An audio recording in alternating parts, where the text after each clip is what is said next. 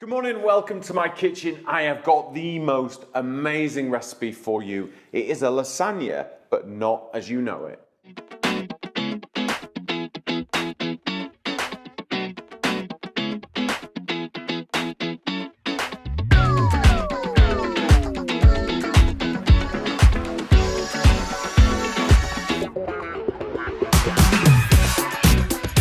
Right, more about this lasagna. So I'm actually going to make a lasagna, but I'm not going to use mince beef, meat of any description. We're going to create mince using California walnuts. Now, I spoke about this a few weeks ago on one of our shows, and I'd been working on a project teaching you how to make that same mince type texture, but with walnuts and chestnut brown mushrooms. It's a really versatile technique, and it means you can make all kinds of different dishes, but plant-based if you want to, or you can just swap out the meat if you want.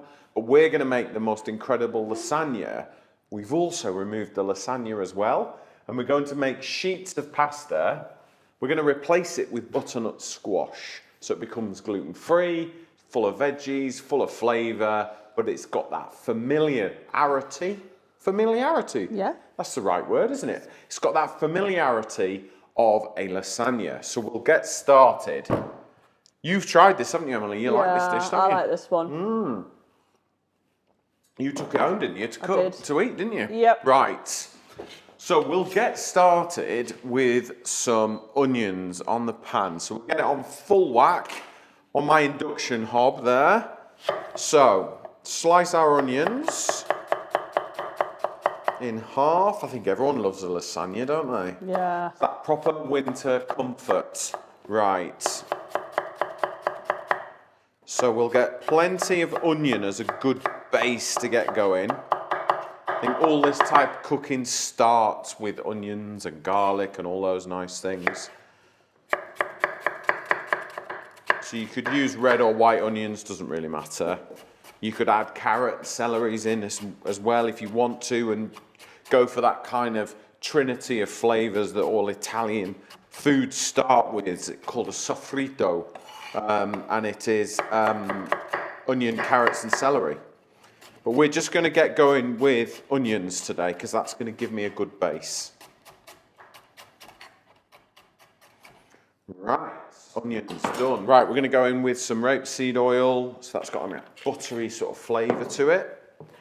And then we'll get those in.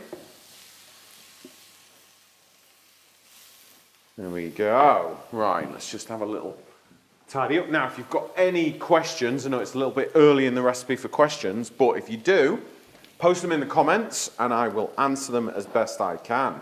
And please, if you want the recipe, scan the QR code along the bottom. It will take you to petersidwell.com.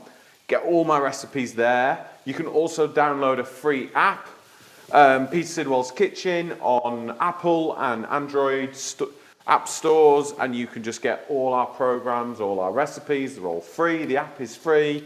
It's just a little gift to you from us. Right, garlic as well. So, nice big bulb of garlic. Should we go 3 today, Emily? Yeah. Yeah, keep the vampires away? Yeah. Right, 3 cloves of garlic. Back of your knife, just tap. Easiest way to unwrap the garlic. Just crack the skin, look how easy that is. The amount of times I get asked how to peel garlic easily, and there is your solution. You mean you've never tried the shaking it in a cup? I have not. I've seen it on social media, I've seen it. Have you tried it? I tried it once. Did it work? No. No. It took me forever. I think it's more magic of editing than... Yeah. So, you could use a garlic crusher if you want. It's entirely up to you. I'm just going to run my knife through. Sorry. You could use a garlic crusher if you want to, but I'm just going to run my knife through while my onions are getting going. And then in with our garlic. Okay.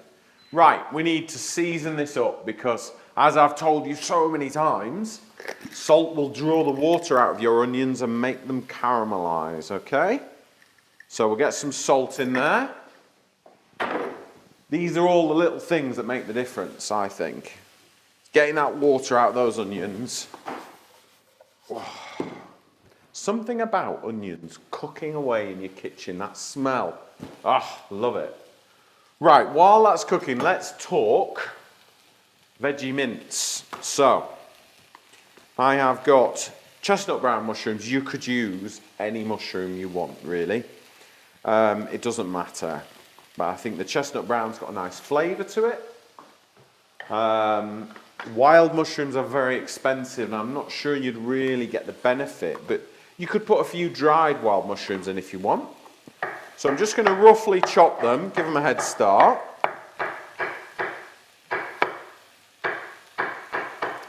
There you go, that'll do. Is there any other vegetable that you can use in replacement of? Not really. It's very much, maybe cauliflower. That might work, might it? Because you know when you get cauliflower rice... And it breaks up, doesn't it? It's really what it's about is about creating a texture. But because we're using California walnuts, because I work with California walnuts, we're getting that added nutritional value. But if you either have an allergy to mushrooms or, like my wife, absolutely hate mushrooms, try cauliflower, I think. But what I would do is mince them both separately and blend them all together and then get them in. But the way we do this one, we can do it together. Now, I've got the most amazing little piece of kit. It's called, well, I don't know what it's called. It's a little food processor. It's from Chef'n, all right? You can get this from cookserveandenjoy.com. It's a little handheld food processor. And for jobs like this, it's so much easier than going and grabbing the electric one, plugging it in, washing it, all that sort of stuff. It's amazing for pestos, dressings, all that sort of thing. Really, really good. So, I'm going to do it in 2 batches. First of all, I'm going to do the mushrooms. Get the mushrooms going. Look, you just pull this. And I suppose you can control the So, texture-wise. can you see that? Yeah. Right. So, we're now going to add some of our California walnuts. And these will blend down as well. I mean, if you want to put the big food processor out, go for it. Chuck it all in. Blend it until it's smooth. There's lots of moisture in mushrooms, so the secret is to get rid of all that moisture. But look, we've now got that sort of mince texture. So we take the blade out and we're going to pop it in. There we go. It's important you don't over mix, okay? It actually looks like mince as well. It does. It looks a lot like corn. Yeah. You know, we use corn quite a lot in our house because we have a couple of vegetarians as well. So we tend to use corn a lot. And it's really about creating something to carry flavour, okay? And the nutritional value on walnuts is amazing. Really rich in omega oils, super good for you. So in we go, mushrooms and the remaining walnuts. What I'll do as well is I will ask Carlos to put the recipe down the side here for all the ingredients so you can quickly screen grab it if you want to make it, or you can go to the website, but we'll put that there for you. Right, there we go. There's our mince. Just run my hand around there. Spread that out. We'll get rid of this.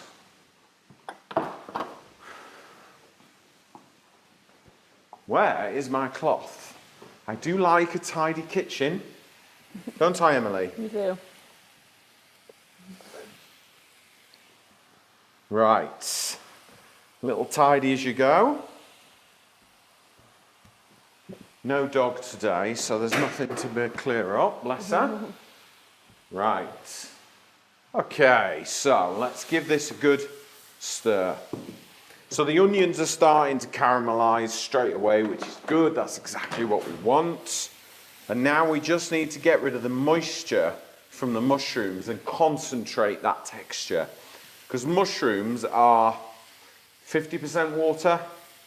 So it's the chef's job to get rid of that water. Then you concentrate the flavour. Okay? So how long will that take? It's going to take about 5 minutes. But what you want to do is really flatten it all out and get that surface area as big as possible, because the bigger the surface area, the quicker the evaporation, the quicker you get to that good flavour. Then we can start adding some liquid flavour. We're going to add some beefsteak wine. This is a Malbec, it's delicious. Do not cook with anything you wouldn't drink. We like this one, it's a good one. So we're going to use some of that. We're going to add in some tomato puree. I've got some beautiful chopped tomatoes, good quality ones, because I want it to taste good. If you buy cheap tomatoes, you end up with buying watered down tomatoes. These ones are not. They're good ones, so you get good flavour. You don't have to reduce it. A little bit of stock, a little bit of tomato puree, and maybe we'll add in some herbs as well, just for a bit of flavour. So, while that's cooking down, should we look at this butternut squash, Emily? Yeah. So I said we're making lasagna, but we're not actually using lasagna sheets. We're going to use butternut squash. Very versatile ingredient. I think, was it last week's episode? A couple of weeks ago. First episode of this series, we made the most delicious butternut squash soup, you know, with the Moroccan chicken sort of salsa topping. So whatever you don't use, dive back into the archive, download the app, get that episode, watch it, and you can make a beautiful soup as well at the same time for another day. So, to prepare a squash, cut the top off, cut the bottom off, okay? Now normally I would say, do you know what, you could use pumpkin, you could use sweet potato and stuff like that, but you can't. You need to use a butternut squash because you need that texture. Okay, you need it to be able to hold firm as it cooks, so that in between each layer, it does the job that the lasagna would do. Okay, so this bulbous bit here is hollow. So we're going to cut that in half, about there. So you can see there, that's the bit with the hole in and seeds. We'll put that to one side, make my soup with that. Delicious. This is the bit we're interested in. So let's get my peeler. See, this is the only peeler I found that will peel squash and pumpkin and things like that. It's a Y peeler from Masterclass. Really good.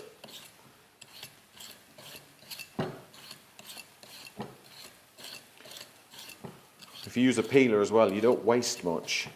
Yeah. You often find with a knife, you waste quite a lot, don't you? Take away half the stuff. Yeah, even I do, and I like to think I'm pretty good with a knife, but... Yeah. Obviously, you are using a squash. You just said like potatoes and that don't necessarily work. They don't work. They go too soft. What about other types of squash? Because you can sometimes get a hold of different ones in the shop. It depends on the texture. I think the thing with this is you've got that perfect shape that you can cut into sheets of lasagna, which is why I would urge you to use it. But yeah. I mean, I suppose you could use carrot maybe, but then they're sort of quite narrow strips. Yeah, I mean, this is layers, isn't it? It's the perfect vegetable for this, really. Right. Can you see how it's drying out, Emily? With the, Actually looks like mince. It does look like mince now. So I'm just going to put my extractor on low so you can still hear me. And we're going to add in our beefsteak wine. Okay. In with some red wine. A glass. A big glass at that. In with some tomato puree, but not too much, because sometimes what you find with tomato puree is it can be quite sour, and you need to kind of counterbalance it because it's concentrated and acidic. It just that little bit of puree will reinforce that tomato flavour. And then we've got our tinned tomatoes, so we're going to add that in as well. You could use whole or chopped, it's entirely up to you. I've got chopped today. And then I'm going to fill this half full with water, partly to wash it all out and make sure I get all the good stuff, but also just to add a little bit more hydration to our mince, which will let it cook for longer, soften, and just come together really nicely. So we'll get that in there, and we're going to let that simmer for about 15 minutes. It wants to reduce by at least half, okay? So you want it to look like a bolognese. I'm going to add some vegetable stock in here. I like to use these sort of jelly type stock cubes, but whatever bouillon, whatever stock you use, that'll be absolutely fine. So we'll let that cook away. I'm just going to transfer that over to there, put that on a different hob, and I'm just going to put a pan on there ready because we're going to make our white sauce. Okay, so the mince is just bubbling away there. I want that to reduce by half. Have a little taste of it. Make sure it tastes amazing. Right, butternut squash left to prepare, and we want to make our white sauce. So I'm going to slice this first, then we can concentrate on making a really good bechamel sauce, which can be plant-based or it can be dairy-based. It is entirely up to you. You can just swap out all the ingredients for plant-based if you want to. So I've cut the top and the bottom off and we've peeled it. So we've got a good, safe, non-wobbling butternut squash, which is important. Now I'm left-handed, so I'm going to cut down the left, because all the best chefs are left-handed, aren't they, Emily? And then I just want to cut. Where's the best place to show how thin these are, Emily? A little bit. There we go. There, perfect. Yeah? Yeah. So nice and thin, like less than ½ centimetre if you can. Use a sharp knife and take your time. There is no other machine I can tell you that will work, because if I said use a mandolin, it's really dangerous using a mandolin on something this big and this kind of heavy. You could, if you wanted to, slice rounds. That might be easier for you to do. But I'm trying to create sheets of lasagna, so I'm doing it this way. All I would say to you is make sure you've got a flat top and a flat bottom, so there's less chance of the vegetable wobbling. And if it does do like a small piece, don't worry about it. It doesn't matter. You don't have to have all perfect slices like that all the time. Just work through it. Take your time. But they want to be consistent because you want them all to cook evenly. So they need to be consistently the same thickness where possible. So a good sharp knife is important.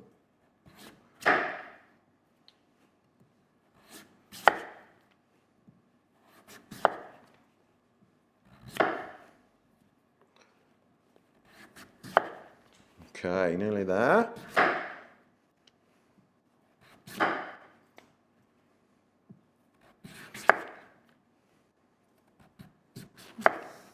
This makes me on edge this bit a little bit. Makes you what, sorry? Makes me on edge a little bit. Yeah, me too. Right, that should be enough for today. So, remembering that we've got the bottom half of the butternut squash and we've got that bit, which the more slices you get, the harder it becomes to cut. So once you get to a point where you don't really feel comfortable, that's where your soup comes in. That's going to make the most amazing soup. All you need to do is add an onion, a couple of cloves of garlic, pint of vegetable stock, teaspoon of harissa paste or a bit of cumin, cook it till it's soft, blend it, and you've got the most incredible soup. Okay? So we'll put those to one side. Now, we're going to need to make our white sauce. Everyone should be able to make a good bechamel, white sauce, roux, whatever you want to call it. This, for me, was lesson 1, day 1 at catering college in Beverley in Yorkshire, where I started my professional training. We all made white sauce. That was day 1. I'll always remember it. Everyone was in oversized chef's jackets that they could never going to fit into. All pristine and white. In those days, you went to college and you bought like a chef's kit and it all came in the post before you attended. I always remember it. So we've got our butter in there first. The margarine or plant-based, whatever you want to use is absolutely fine. So you don't want the pan to be too hot because you want to melt the butter, you don't want to cook it. So I'm just, because we're on induction, I control my heat in slightly different ways to gas. So I just take it off the heat, give it a little spin like that, take the heat away from the pan and then put it back on. I always say, people always ask me, oh, I'm going to get induction, what's it like? And I'm like, it's the best thing I've ever done. It's absolutely brilliant. But you've got to get used to it and you've got to control the heat in a different way. It's not always about just turning the heat down. Take the pan off, let the pan cool down, put it back on, you're ready to go. So, equal amount of flour to butter. But if you look down the side, I've given you a list of ingredients to make a bechamel sauce, whether you are dairy or plant-based. It's exactly the same measurements, okay? It'll also work on gluten-free flour as well, because it's really just relying on the flour as a thickener for the starch. The gluten is irrelevant, so you could easily swap out the flour for gluten-free flour if you wanted to. There you go, Emily. I've stole one of your questions, haven't I? You have. You have. It was coming. It was on the tip of your tongue, wasn't it? Yep. Right. Flour and butter mixed together. It's important that you cook this out for a minute, okay? Otherwise, your white sauce will end up tasting quite floury and a little bit like bleh. You need to cook it out. And that is often the mistake a lot of people make. They do not cook out their roux.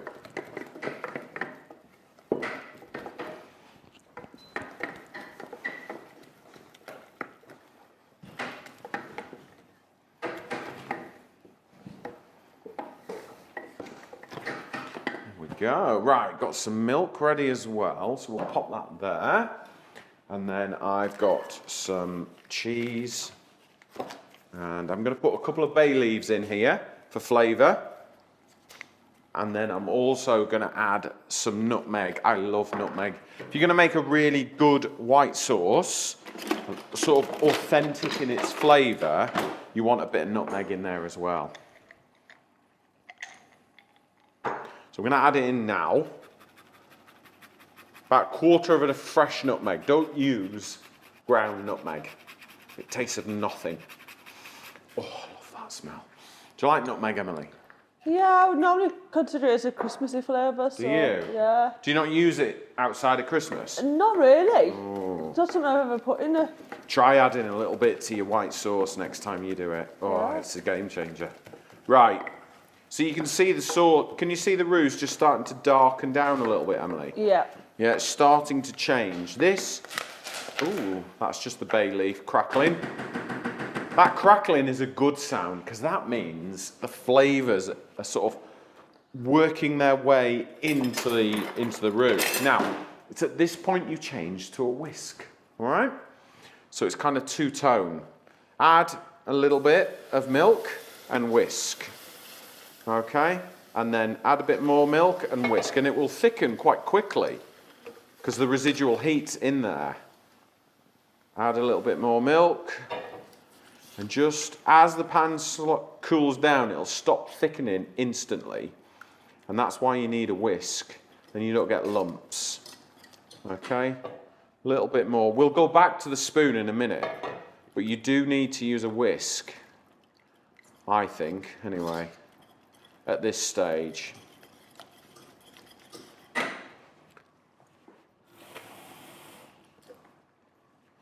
In with some more milk.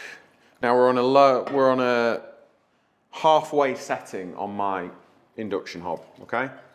So it's halfway, so it's not really low heat, but it's certainly not boiling. You don't want it on a high heat, otherwise it'll scorch and you'll get a brown bottom, and then as you stir it, it'll catch and you'll end up with a burnt milk flavour running all the way through. And let's be honest, we've all done that before, haven't we? So, keep it moving, and then it won't catch.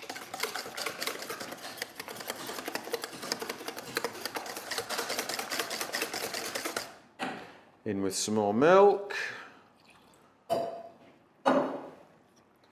And then just slowly use your whisk until that liquid incorporates, and then you can start to whisk it a bit more vigorously to get the two textures, like the liquid, the milk and the roux, to mix together. And you'll see it starts to just form this lovely sauce. And to be honest, once you can do a really good bechamel, you can make all kinds of things from that. So I think that must be why they taught us on day one. Learn that, and then from that you can do all kinds of things. And I've never not made roux and bechamel since my career. I'm 46 now, and I've been cooking for 30 years. So 30 years ago, I went to Beverley Catering College. My goodness. You can start to smell the nutmeg now. Yeah, you smell it, can't you? And when you taste it, it does make, honestly, it makes a difference. Now, we're going to season it a little bit, only a bit, but we've got layers of seasoning. It's really important that you season up your food all the way through the cooking process. And then when it comes out of the oven and it's all bubbling and delicious, it tastes amazing right the way through. Now, I'm going to grab some ground pepper, hopefully. Find it in my box of tricks somewhere. Oh, yes. Got it? Now, normally I would get the pepper mill out, I'd grab black pepper, but you end up with sort of bits of pepper all the way through. So I'm going to use some ground black pepper. White is also really good, but it will just then completely dissolve in, and you don't end up with bits of pepper in your sauce. So what's the difference between... A stupid question. No, go. No such thing as a stupid question, is there? The difference then between white and black, is it a different flavour profile? Different peppercorns. Oh, White okay. pepper is hotter. Really? I think so. But obviously in white things, you use white pepper. Right. In black, darker things, I mean, I use black peppercorns all the time, and I don't buy white. Yeah. But I do often have ground white. Like in mashed potato, you would use ground white pepper, because then you can't see it. See it, yeah. It doesn't really matter, but... Visually... Yeah, you know. You spent all that lovely time whisking in loads of butter and cream and all that sort of stuff. But we're not doing that because we're tightening our belts this season. Okay, so we're trying to create stuff a little bit sort of with a health focus to it, but also not ridiculously expensive as well. Because it is that kind of time of year, isn't it, in January, where everyone's going on time till payday. Yeah. Spent it all on wine and chocolate and biscuits. Cheese, yeah. I'm just going to add a little bit of water in there just to loosen out my sauce. And that is our bechamel sauce, okay? So we'll have a little taste. Do you have to add cheese to it? No, For your lasagna? it's only a white sauce then. But you won't get lovely crispy bits on the top. Yeah. But if you don't want, if you're not bothered by that. See. I'm terrible when I make it at home. I'll take a spoon and it's so good. Do you want to taste with nutmeg? Yeah. Have a try. See, for me, it's got nutmeg and bay. I mean, it's not going to blow your mind. It's only a white sauce, and we haven't put the good stuff in yet. We haven't put the cheese in. But it's just a nice base recipe that you need. You can taste the bay as well. Because it was crackling in the pan, and that's when it releases all the oils. So, I'm just going to add a bit of cheese. Not a lot. That bit to the chef. Because I can't not have a bit of cheese when the cheese comes out. And then I'm just going to break that up. Okay? Some amazing plant-based cheeses as well. You could just pop those in the same. They will melt the same. They're really good. Right. So you don't put too much cheese in then? Well, because the cameras are on. No. If Peter was in his kitchen on his own making this, Peter would have put a lot more cheese in. Peter is a cheese monster. Vintage cheddar is my weakness. Oh, I tried some vintage cheddar over Christmas actually. Did you? Yeah. It's good, isn't it? Yeah. Because you even get that like little calcium type. Oh, it's so good. I used to go to the World Cheese Show in Nantwich, and I used to get the opportunity. I used to go there with Cathedral City. They would ask me to go and cook, and I got to judge cheddar as well. Oh. And I used to taste 100 different cheddars. It's amazing. That's a dangerous job to have. I'm 46 now. My heart can't afford to do that job anymore, so I don't do it anymore. But maybe I need somebody else to do it. Yeah. You need to put your name forward for that one. So now we've got a little bit of cheese in there. We've got a more rounded depth of flavour in there. It is all good now. So let's move our bolognese back onto there, and we will have a little taste of this and see what we need to do with this, but we're pretty much almost ready to put this together for the oven. Now I'm going to add a little bit of dried oregano to my bolognese. Not sure the Italians would appreciate me calling this bolognese, but you know what I mean. Okay, so you can see it's reduced down now, and it looks, to all intensive purposes, like a bolognese. So what we'll do is we'll have a little taste of this and make sure that our seasoning is right. Okay, so before we put it all together, we've got to know it tastes good.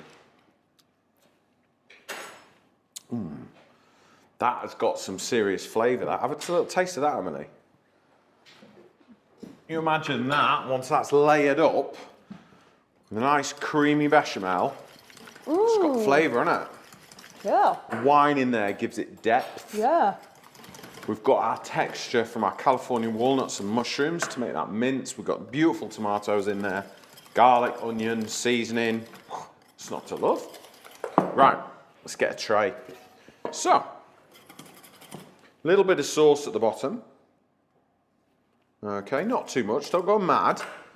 And then let's put some squash at the bottom. Now, if you wanted to use traditional lasagna sheets, fill your boots, go for it. You absolutely can do exactly the same dish with lasagna if you want to. Just, what, should we do 1, 2, 3 good spoonfuls, and then just spread it out. And then we're gonna put another sheet of squash on there. Let's put a little bit of white sauce just to kind of make it creamy.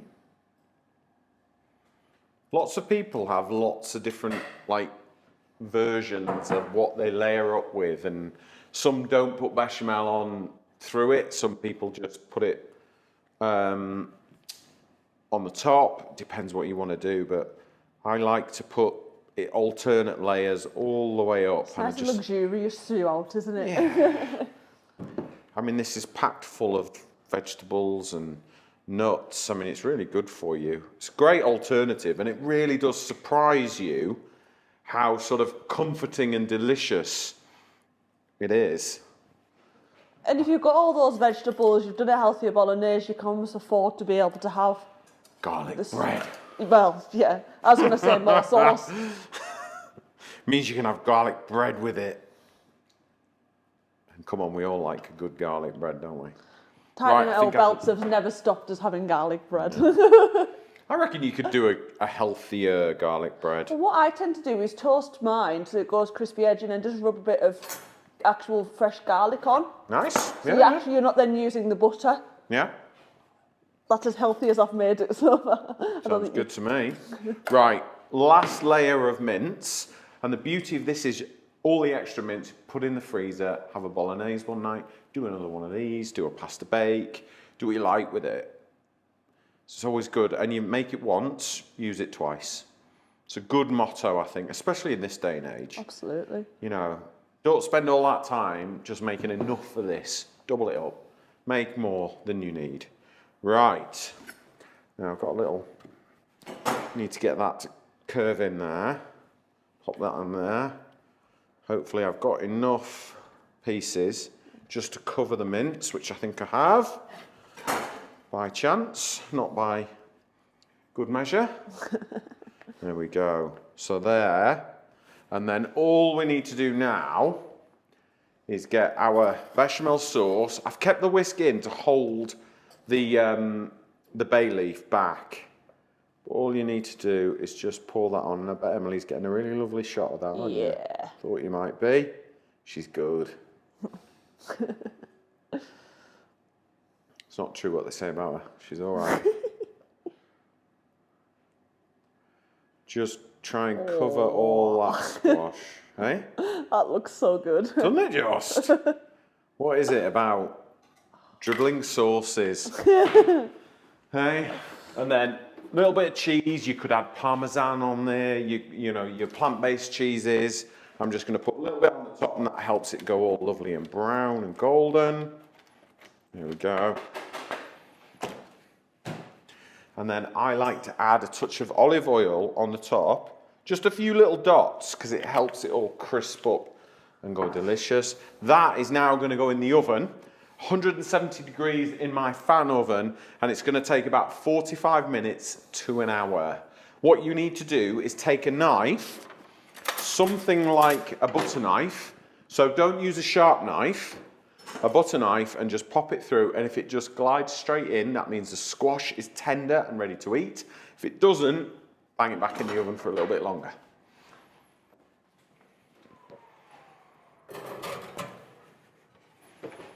My lasagna has had an hour in the oven. It is golden, it is bubbling, it looks delicious. Let me show you. Right, carefully get this out. Oh.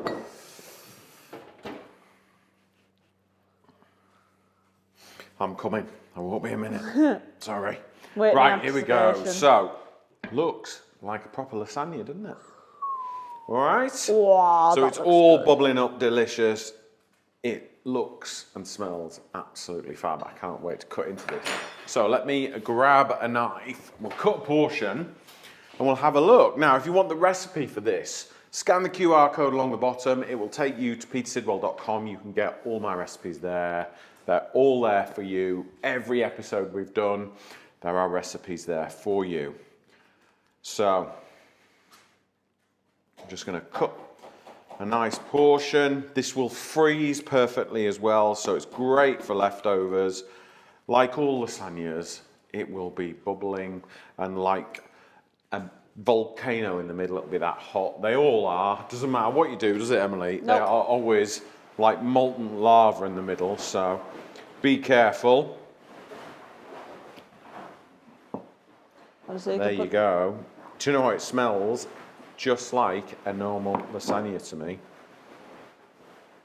Let's just pop that on there. Who knew you could make such a delicious lasagna using mushrooms and California walnuts? Right, Emily, let's get some eating irons. Do you want a little taste of this? Absolutely. Right, here you go. Tell me what you think. Here you go. Oh, thank you very much.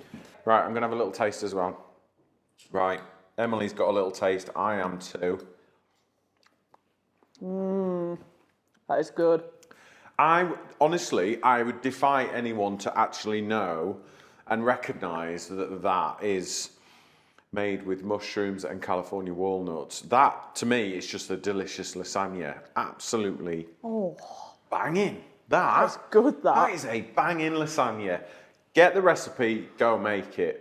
Thank you very much for watching, but before I go, I just wanted to share with you, I've been working on a project with California prunes and Florida grapefruit.